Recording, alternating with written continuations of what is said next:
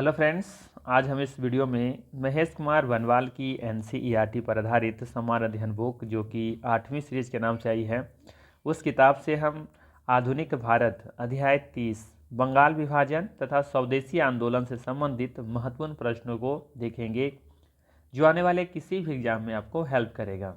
इससे पहले ऑलरेडी हमने मध्यकालीन भारत और प्राचीन भारत से संबंधित 20 अध्याय ऑलरेडी हमने करा रखा है। उसका लिंक डिस्क्रिप्शन में दिया हुआ है या फिर प्ले लिस्ट में जाके आप देख सकते हैं। साथ ही साथ ध्यान दीजिएगा, आधुनिक भारत से संबंधित अध्याय 21 से लेकर के अध्याय 29 तक भी हमने करा रखा है। उसका भी लिंक डिस्क्रिप्शन में दिया हुआ है। ठीक है, तो चलिए फिर शुरू करते हैं और देखते हैं आज का पहला सवाल। आज का पहला सवाल है, बंग भंग विरोधी आंदोलन का प्रारंभ कब हुआ था? इसे स्वदेशी आंदोलन भी आप कह सकते हैं। बंग भंग विरोधी आंदोलन का प्रारंभ कब हुआ था? दिए गए ऑप्शन आपको बताने हैं, तो ध्यान रखिएगा। यहाँ पे दिए गए चारों ऑप्शन में से 4 ऑप्शन अपने आप में बहुत ही महत्वपूर्ण है। ठीक है, तो सबसे पहले इसका आंसर हम बता दें। इसका सही आंसर है, बंग भंग विरोधी आंदोलन का जो प्रारंभ किया गया था वो था 7 अगस्त 1905 को। ठीक है, इसके अलावे यहाँ पे ध्यान दीजिएगा कि 20 जुलाई 1905 को क्या हुआ था। 20 जुलाई 1905 को ही आप देखेंगे कि बंगाल विभाजन की घोषणा की जाती है। ठीक है, 20 जुलाई 1905 को अब देखेंगे कि बंगाल विभाजन की घोषणा की जाती है। इस बार 7 अगस्त 1905 का इसका विरोध किया जाता है। ठीक है, इस बार फिर देखेंगे 16 अक्टूबर 1905 को क्या हुआ था। तो 16 अक्टूबर 1905 को आप यहाँ देखेंगे कि बंगाल विभाजन का जो निर्णय लिया गया था, ठीक है, वो यहाँ पे पूरा कर दिया जाता है। अर्थात कह सकते हैं कि 16 अक्टूबर 1905 को अलग कर दी जाती है। घोषणा हो रहा है कब? 16 जुलाई 1905 को। ठीक है, और यहाँ पे लागू कब की जा रही है? 16 अक्टूबर 1905 को। और उसके बीच में 7 अगस्त 1905 को आप देखेंगे कि बंगाल बंग भंग विरोधी आंदोलन का प्रारंभ किया जाता है 7 अगस्त 1905 को। ठीक है, इसके अलावा देखेंगे आप 16 अक्टूबर 1905 को जब अलग हो जाता है, बंगाल को अलग कर दिया जाता है। ठीक है, एक्चुअली में यहाँ पर देखेंगे कि बंगाल जो अलग किया जाता है ना, बंग भंग जो आया था, बंगाल को जो विभाजन करना था, सिर्फ पीछे अंग्रेजों का उद्देश्य था कि यहाँ जो बंगाल में जो राष्ट्रवाद जो पनप रहा था ना, उसको कमज़ोर करना था। तो क्या सीधा सीधे कह सकते हैं बंगाली राष्ट्रवाद को दुर्बल करने के लिए ये चीज़ें लाई गई थी। ठीक है, तो ये ध्यान रखना है यहाँ पे। और इसके बाद एक डेट और याद रख सकते हैं, 12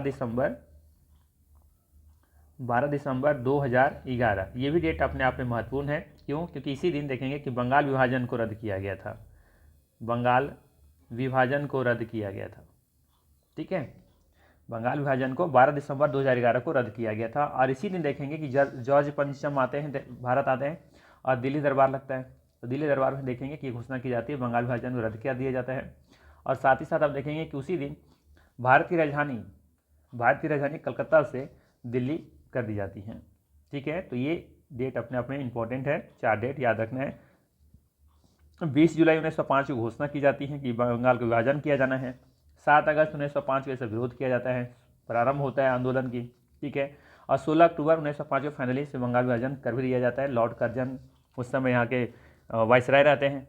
ठीक है, वो सबसे मतलब क्या ही बोले उसको, मतलब जो समझना है वो समझ लीजिए। जहिल टाइप का इंसान कह सकते हैं आप, जहिल टाइप का इंसान था ये।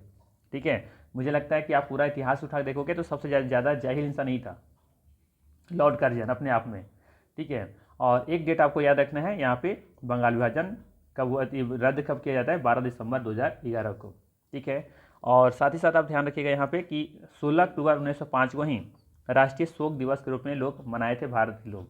क्यों? क्योंकि बंगाल विभाजन इतना आंदोलन के बावजूद भी, बहिष्कार करने के बावजूद भी बंगाल का विभाजन कर दिया जाता है। तो इसीलिए भारत के लोग देखेंगे कि राष्ट्रीय शोक दिवस भी मनाए थे 16 अक्टूबर को। ठीक है, तो याद रखेंगे। चलिए अगला सवाल लेते हैं। अगला सवाल वही है, सवाल है बंगाल का विभाजन मुख्यतः किया गया था, किस वजह से किया गया था? अभी हम बताएं कि बंगाल में राष्ट्रवादी जो लोग थे कुछ ज़्यादा ही, देखेंगे कि लगभग भारत में जो राष्ट्रवाद था वो ज़्यादा पनप कहाँ रहा था? सबसे ज़्यादा बंगाल में थे। बंगाल मतलब कहने मतलब ये कि उसमें बंगाल में कौन कौन थे? आज जो बांग्लादेश देख रहे हैं, जो झारखंड देख रहे हैं, जो बिहार देख रहे हैं, जो उड़ीसा देख रहे हैं, ये सभी एक ही प्रांत थे। तो वहाँ के जो वो एरिया था ना पूरा, तो वहाँ पे देखेंगे पूरा राष्ट्रवाद जो था सबसे ज़्यादा वहीं देखने को मिलता था। वहाँ राष्ट्रवादी लोग ज़्यादा लोग रहते थे। ठीक है, तो इसीलिए कह सकते हैं आप यहाँ पे कि बंगाल का विभाजन इसीलिए किया गया था क्योंकि बंगाली जो राष्ट्रवाद था ना उसको कमज़ोर कर दिया जाए, अपने आप में लोग टूट जाएगा। ठीक है, तो मेन मकसद यही था इन लोग का। तो तो यहाँ पे सही आंसर क्या है, बंगाली राष्ट्रवाद को दुर्बल करने के लिए। ठीक है, आइए देखते हैं। बंगाली राष्ट्रवाद को दुर्बल करने के लिए बंगाल विभाजन किया गया था। बंगाल उस समय भारतीय राष्ट्रीय चेतना का केंद्र बिंदु हुआ करता था, है ना। भारतीय राष्ट्रीय चेतना का जो केंद्र हुआ करता था वो कौन था, बंगाली था। और साथ ही बंगालियों में प्रबल राजनीतिक जागृति भी थी। सुरेंद्रनाथ बनर्जी, कृष्ण कुमार मिश्रा, पृथ्वी चंद्र राय जैसे बंगाल के नेताओं ने बंगाली हितवादी और संजीवनी जैसे अखबारों द्वारा विभाजन के प्रस्ताव की आलोचना भी की थी। ठीक है, तो आपको ध्यान रखना, और भी बहुत सारे कारण हो सकते हैं, लेकिन जो मेन जो कारण था ना वो यही था कि बंगाली राष्ट्र को क्या करना है, दुर्बल करना है, कमजोर करनी है। ठीक है, चलिए अगला सवाल लेते हैं। अगला सवाल है, इसमें हम चर्चा कर चुके हैं। वैसे सवाल है कि 1905 ईस्वी में बंगाल विभाजन किस वायसराय ने किया था। सही आंसर क्या होगा, लॉर्ड कर्जन। ठीक है, लॉर्ड कर्जन इसका सही आंसर होगा, ध्यान रखना है। इसके अलावा यहाँ पे याद रख सकते हैं कि लॉर्ड हॉर्डिंग, इसी के समय में देखेंगे कि बंगाल विभाजन रद्द हुआ था। ठीक है, जॉर्ज पंचम जब भारत आते हैं ना, तो उस समय जो वायसराय यहाँ के थे उस समय कौन थे, लॉर्ड हॉर्डिंग। तो इन्हीं के देखेंगे कि शास्त्री में वायसराय काल में, या फिर कह सकते हैं कि कैसी के काल में बंगाल विभाजन रद्द किया गया था। ठीक है, और लॉर्ड कर्जन के समय में कि विभाजन किया गया था, और लॉर्ड हॉर्डिंग के टाइम में ये रद्द किया गया था। ठीक है, ध्यान रखिएगा। चलिए ध्यान दीजिएगा, बंगाल का विभाजन लॉर्ड कर्जन, इनका काल यही है 1899 से लेकर के 1905। ठीक है, जाते जाते इतना ये कृत्यक्रम करके चले गए ये लॉर्ड कर्जन। ठीक है, कि कार्यकाल में किया गया था। विभाजन के समय बंगाल में बिहार, उड़ीसा और बांग्लादेश शामिल थे। बंगाल विभाजन के निर्णय की घोषणा 20 जुलाई 1905 को की गई थी तथा यह 16 अक्टूबर 1905 को ये लागू हुआ था। और आप देखेंगे कि वहाँ पे कि 7 अगस्त 1905 को आप देखेंगे कि भारतीयों के द्वारा इसका विरोध किया जाता है। ठीक है, तो बंग भंग विरोधी आंदोलन के प्रारंभ किया गया था। ठीक है, और 16 अक्टूबर को आप देखेंगे कि राष्ट्रीय शोक दिवस भी मनाया जाता है भारतीयों के द्वारा। ठीक है, फिर 12 दिसंबर को आप देखेंगे, 12 दिसंबर 1911 को, है ना, भारत को फिर देखिए ये देखेंगे कि बंगाल विभाजन रद्द किया जाता है, ये लॉर्ड कर्जन के काल में, ये लॉर्ड हॉर्डिंग के काल में। ठीक है, चलिए अगला सवाल लेते हैं। अगला सवाल है, बंगाल के विभाजन के समय बंगाल का लेफ्टिनेंट गवर्नर कौन था। बताना है, बंगाल के विभाजन के समय बंगाल का लेफ्टिनेंट गवर्नर कौन था। तो याद रखना उस समय वहाँ का लेफ्टिनेंट गवर्नर था सर एंड्रू फ्रेजर। कौन था, फ्रेजर था। याद रखिएगा, सिंपल सा एक लाइन में फ्रेजर याद रखिएगा, काम बन जाएगा आपका। बंगाल के विभाजन के समय बंगाल का लेफ्टिनेंट गवर्नर कौन था, फ्रेजर था। ठीक है, चलिए आगे की कहानी देखें जरा क्या है। बंगाल विभाजन के समय एंड्रू फ्रेजर, है ना, जो कि 1903 से लेकर 1908 तक इनका रहता है, बंगाल के लिए सिविल सेवक और लेफ्टिनेंट गवर्नर थे। 16 अक्टूबर 1905 को बंगाल विभाजन के बाद बंगाल पूर्वी एवं पश्चिमी बंगाल में विभाजित हो गया था। जैसे बंगाल का विभाजन किया गया था तो पूर्वी बंगाल और पश्चिमी बंगाल में से विभाजित किया गया था, 2 भागों में।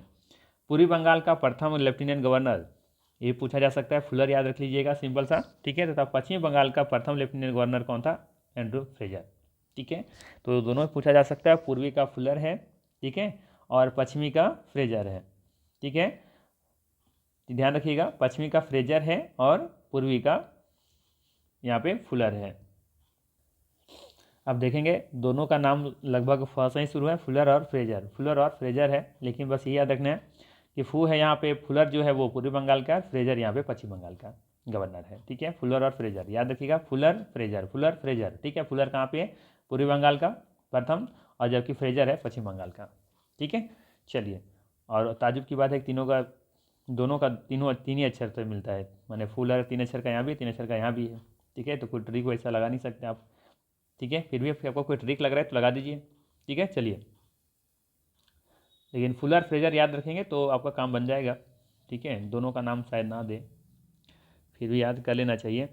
स्वदेशी आंदोलन के प्रारंभ का तत्कालिक कारण क्या था। स्वदेशी जो आंदोलन हुआ था उसका प्रारंभ हुआ था, तत्कालिक उसका कारण क्या था, रीजन क्या था, है ना। तो इसका रीजन क्या था, तो सिंपल सा है, स्वदेशी आंदोलन होने का पीछे रीजन यही था कि लॉर्ड कर्जन द्वारा किया गया बंगाल विभाजन। ठीक है, जो कि 1905 में किया गया था। ठीक है, तो स्वदेशी आंदोलन के प्रारंभ का तत्कालिक कारण यही था कि लॉर्ड कर्जन के द्वारा क्या किया गया था, बंगाल को विभाजन किया गया था। ठीक है, 16 अक्टूबर 1905 को इसका विभाजन किया गया था। ठीक है, घोषणा की गई थी 20 जुलाई 1905, और भारतीयों के द्वारा विरोध या बहिष्कार कब किया गया था, 7 अगस्त 1905 को। ठीक है, कहाँ किया गया था? तो कलकत्ता के टाउन हॉल में। ठीक है, कलकत्ता के टाउन हॉल में किया गया था। ठीक है, और यहीं से फिर देखेंगे कि स्वदेशी आंदोलन का भी घोषणा की जाती है। चलिए ध्यान दीजिएगा, बंगाल विभाजन के कारण स्वदेशी आंदोलन आरंभ हुआ और बंगाल विभाजन का उद्देश्य राजनीतिक था तथा यह बंगाल में बढ़ रही राष्ट्रीयता की भावना को तोड़ने हेतु ब्रिटिश सरकार द्वारा यह उठाया गया कदम था। चलिए अगला सवाल लेते हैं। अगला सवाल है, मद्रास में स्वदेशी आंदोलन का नेतृत्व किसने किया था? सवाल है कि मद्रास में स्वदेशी आंदोलन का नेतृत्व किसने किया था? तो देखेंगे अलग अलग जगहों से अलग अलग लोगों ने यहाँ पे नेतृत्व किया था, तो मद्रास को उससे बताना है आपको कि यहाँ पे नेतृत्व किसने किया था। तो आप देखेंगे कि चिदम्बरम पिल्लै। ठीक है, चिदम्बरम पिल्लै ने यहाँ से किया था। ठीक है, सी ऑप्शन बिल्कुल यहाँ पे सही है, ध्यान रखिएगा। ध्यान दीजिएगा, मद्रास में स्वदेशी आंदोलन का नेतृत्व चिदम्बरम पिल्लै ने किया था। कांग्रेस के बनारस अधिवेशन 1905 में जो हुआ था, स्वदेशी एवं बहिष्कार आंदोलन का अनुमोदन किया गया। इस आंदोलन का प्रचार बाल गंगाधर तिलक ने बम्बई एवं पुणे में, लाला लाजपत राय, अजीत सिंह ने पंजाब एवं उत्तर प्रदेश में तथा सैयद हैदर राजा दिल्ली में किया था। तो याद रख सकते हैं सभी का। ठीक है, पार्टिकुलर अलग अलग कौन कहाँ से किए थे, तो आप चाहें तो इसे याद कर सकते हैं।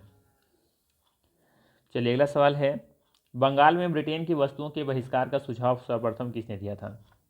बंगाल में ब्रिटेन की वस्तुओं के बहिष्कार का सुझाव सर्वप्रथम किसने दिया था? जब इस चीज़ें घटनाएं घटी, बंगाल विभाजन किया गया, तो वहाँ के लोग कुछ थे जो कि किसी तरीके से ब्रिटेन को हराना चाह रहे थे।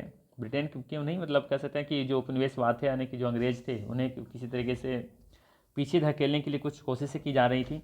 ठीक है, तो यहाँ पे वही चीज़ है कि किसने बताया था कि चलो एक काम करते हैं, जो ब्रिटेन की जो भी वस्तुएं हम लोग क्या करते हैं उसका बहिष्कार करते हैं। ऐसा सुझाव किसने दिया था, ये आपसे पूछा जा रहा है। तो ध्यान रखिएगा, चाहे वो गीता हो, है ना, या फिर कहें भारत का राष्ट्रीय आंदोलन हो, हर जगह कृष्ण ही आगे आते हैं। ठीक है, तो ये कृष्ण कुमार मित्र जी थे। ठीक है, कृष्ण कुमार मित्र। ठीक है, ध्यान रखिएगा।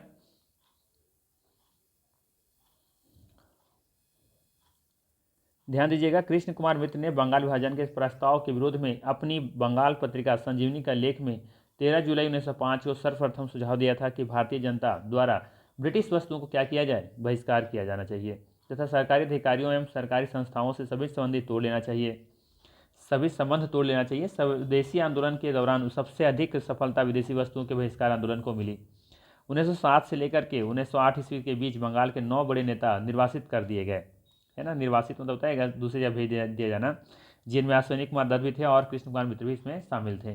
ठीक है, चलिए अगला सवाल है, ब्रिटिश पत्रकार H.W. नेविन्सन जुड़े थे, किससे जुड़े हुए थे, ये आपको बतानी है। ठीक है, तो याद रखना स्वदेशी आंदोलन से ये जुड़े हुए थे। ठीक है, इन्हीं के कारण देखेंगे कि डेली क्रॉनिकल, ग्लासगो हेराल्ड और मैनचेस्टर गार्जियन के लिए रिपोर्टिंग की थी ये। ठीक है, तो इसका सही आंसर है यहाँ पे सी ऑप्शन, स्वदेशी। सी फॉर स्वदेशी भी कह सकते हैं। ठीक है ना, चलिए देखिए, H.W. नेविन्सन स्वदेशी आंदोलन से जुड़े थे। इन्होंने इस समय डेली क्रॉनिकल, ग्लासगो हेराल्ड तथा मैनचेस्टर गार्जियन के लिए रिपोर्टिंग की थी। बाद में इन समस्त रिपोर्टों को संकलित कर उन्होंने the new spirit in India नाम से एक पुस्तक प्रकाशित की थी। ठीक है, चलिए अगला सवाल है, भारत की प्राचीन कला परंपराओं को पुनर्जीवित करने के लिए एक Indian society of oriental art की स्थापना की थी, किसने की थी? तो इसको पहले आप लोग पढ़ चुके हैं, इसका नाम है रविंद्रनाथ टैगोर। रविंद्रनाथ टैगोर इसका सही आंसर है, ध्यान रखिएगा, ये ऑप्शन बिल्कुल यहाँ पे सही है। ठीक है, चलिए अगला सवाल लेते हैं।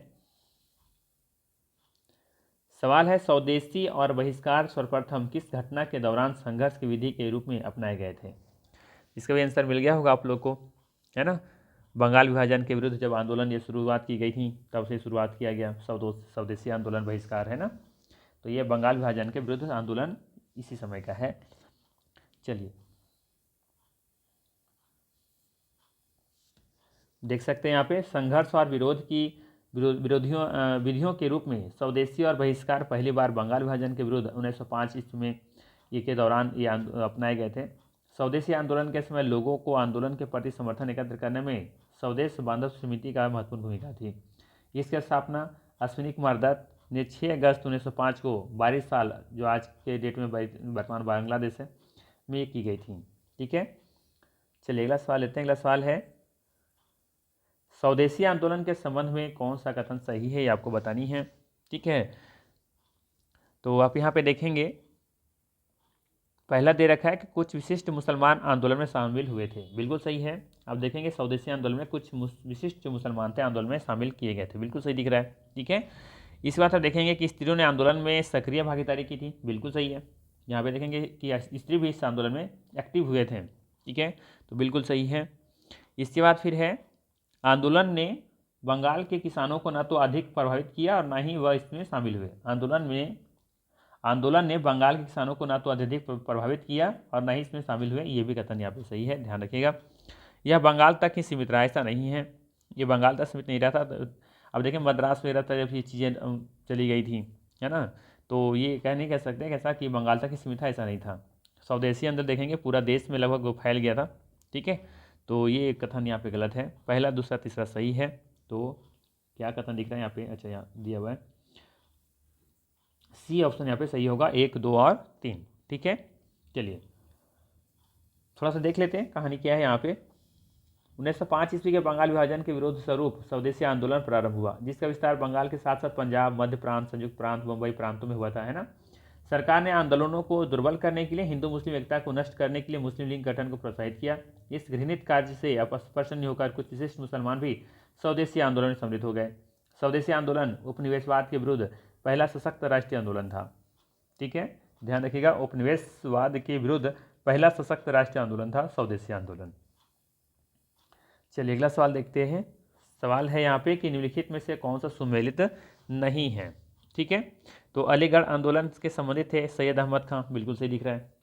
ठीक है, देवबंद आंदोलन मोहम्मद कासिम नौनतवी, है ना, तो ये भी सही है। ठीक है, ध्यान रखिएगा, ये भी सही है।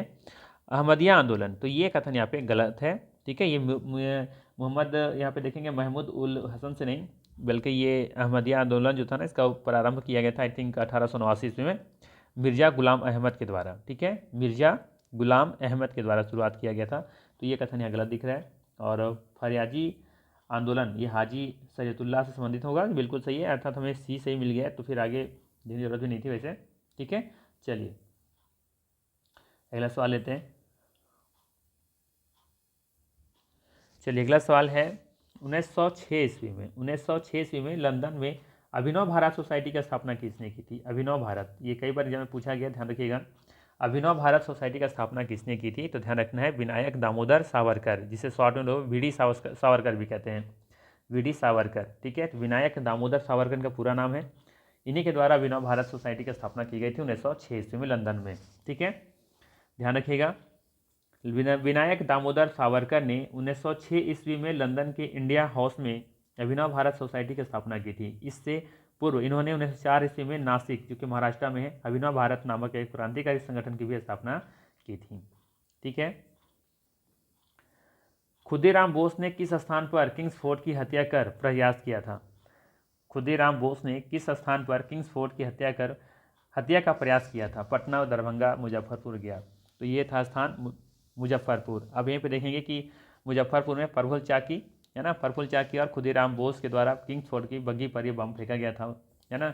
लेकिन दुर्भाग्य ऐसा हुआ कि वहाँ पे किंग्स फोर्ट का तो कुछ नहीं हुआ, लेकिन वहाँ पे देखेंगे कि कैनेडी की जो पत्नी थी और उनकी जो पुत्री थी वो मारी जाती हैं, है ना। तो इस घटना से आहत होकर के बाद में फिर प्रफुल्ल चाकी क्या करते हैं, आत्महत्या कर लेते हैं और खुदीराम बोस को फांसी की सजा दी जाती है 18 वर्ष की उम्र में, जो कि भारत में सबसे कम उम्र में फांसी पाने वाले क्रांतिकारी भी थे, है ना। तो इन कहानियों को याद रखेंगे, ठीक है, तो सही रहेगा। तो यहाँ पे सी ऑप्शन बिल्कुल ही सही है। ठीक है, चलिए बाकी यहाँ पे जो हमने बताया घटना वही चीज़ यहाँ लिखा हुआ है। ठीक है, चलिए अगला सवाल लेते हैं। अगला सवाल है, करजन वाइली की हत्या के आरोप में किसने मृत्युदंड दिया गया था। करजन वाइली की हत्या के आरोप में किसे मृत्युदंड दिया गया था, ये आपको बताना है। ठीक है, तो ध्यान रखना है, यहाँ पे सही आंसर है मदन लाल धिंगारा। ठीक है, धिंगरा भी कह सकते हैं यहाँ पे, मदन लाल धिंगरा। ठीक है, करजन वाइली भारत राज्य सचिव के सलाहकार थे। 1 जुलाई 1909 को भारतीय राष्ट्रीय संघ की बैठक के दौरान लंदन में मदन लाल धिंगरा ने गोली मारकर उसकी हत्या कर दी, जिसके कारण धिंगरा को फांसी दी गई थी। ठीक है, चलिए अगला सवाल लेते हैं। अगला सवाल है, बंगाल विभाजन के विषय में किसने कहा था कि विभाजन हमारे ऊपर बम की तरह गिराया गया है या गिरा है। ठीक है, किसने कहा था ये बात? तो ये सुरेंद्रनाथ बनर्जी ने कहा था। ये ऑप्शन यहाँ पे बिल्कुल ही सही है, ध्यान रखिएगा। ध्यान दीजिएगा, बंगाल में उत्पन्न राष्ट्रीय एकता को समाप्त करने के लिए बंगाल के तत्कालिक वायसराय लॉर्ड कर्जन द्वारा 1905 ईस्वी में बंगाल विभाजन की घोषणा की गई, जिसे सुरेंद्रनाथ बनर्जी ने वज्रपात या फिर बम की तरह गिरना बताया था। ठीक है, अगला सवाल है, बंगाल 1905 ईस्वी में विभाजित हुआ, जिसके विरोध के फलस्वरूप यह दोबारा विभाजित हुआ। सवाल है कि बंगाल 1905 ईस्वी में विभाजित हुआ, जिसके विरोध के फलस्वरूप यह दोबारा विभाजित हुआ कब? 1906, 1916, 1911 या फिर 1909? तो सही आंसर होगा इसका 1911 में, है ना, ध्यान रखिएगा। दिसंबर 1911 में ब्रिटिश सम्राट जॉर्ज पंचम और महारानी मैरी के भारत आगमन पर उनके स्वागत हेतु दिल्ली में एक दरबार का आयोजन किया गया था। दिल्ली दरबार में ही 12 दिसंबर 1911 को सम्राट ने बंगाल विभाजन को रद्द घोषित किया। साथ ही कलकत्ता की जगह दिल्ली को भारत की नई राजधानी बनाए जाने की घोषणा भी की थी। ठीक है, चलिए इसे पहले बता चुके हैं वैसे। अगला सवाल है, निम्नांकित में से किस आंदोलन के दौरान वंदे मातरम भारतीय राष्ट्रीय आंदोलन का शीर्ष गीत बना था? किस आंदोलन के समय में? तो याद रखना है, स्वदेशी आंदोलन। ठीक है, स्वदेशी आंदोलन में ही देखेंगे कि वंदे मातरम भारतीय राष्ट्रीय आंदोलन का शीर्ष गीत बना हुआ था। ठीक है, ये ऑप्शन सही है। स्वदेशी आंदोलन के दौरान 16 अक्टूबर 1905 का दिन, जिस दिन विभाजन प्रभावी हुआ, पूरे बंगाल में शोक दिवस के रूप में मनाया गया। जनता ने जुलूस निकाला, सवेरे जत्थे के जत्थे लोगों ने गंगा स्नान किया और फिर सड़कों पर वंदे मातरम गाते हुए प्रदर्शन करने लगे। वंदे मातरम इस आंदोलन का शीर्ष गीत बना। ठीक है, अगला सवाल है, निम्नलिखित में से कौन स्वदेशी आंदोलन का आलोचक था एवं पूर्व तथा पाश्चात्य के मध्य एक बेहतर संबंध का समर्थक था? सवाल है, निम्नलिखित में से कौन स्वदेशी आंदोलन का आलोचक था एवं पूर्व तथा पाश्चात्य के मध्य एक बेहतर संबंध का समर्थक था? पाश्चात्य होता है वेस्टर्न कल्चर। ठीक है, पाश्चात्य का मतलब होता है वेस्टर्न कल्चर के, मतलब कह सकते हैं उसको एक्सेप्ट करने वाला, जो जैसे कह सकते हैं कि हमें बहुत प्यार वेस्टर्न कल्चर हमें होना चाहिए यहाँ पे भारत में। ठीक है, तो इस यहाँ पे कह रहा है कि आलोचक तो था स्वदेशी आंदोलन का। स्वदेशी आंदोलन में क्या हो रहा था कि विदेशी चीज़ों को क्या करो, बहिष्कार करो, ब्रिटेन की सामानों को बहिष्कार करो।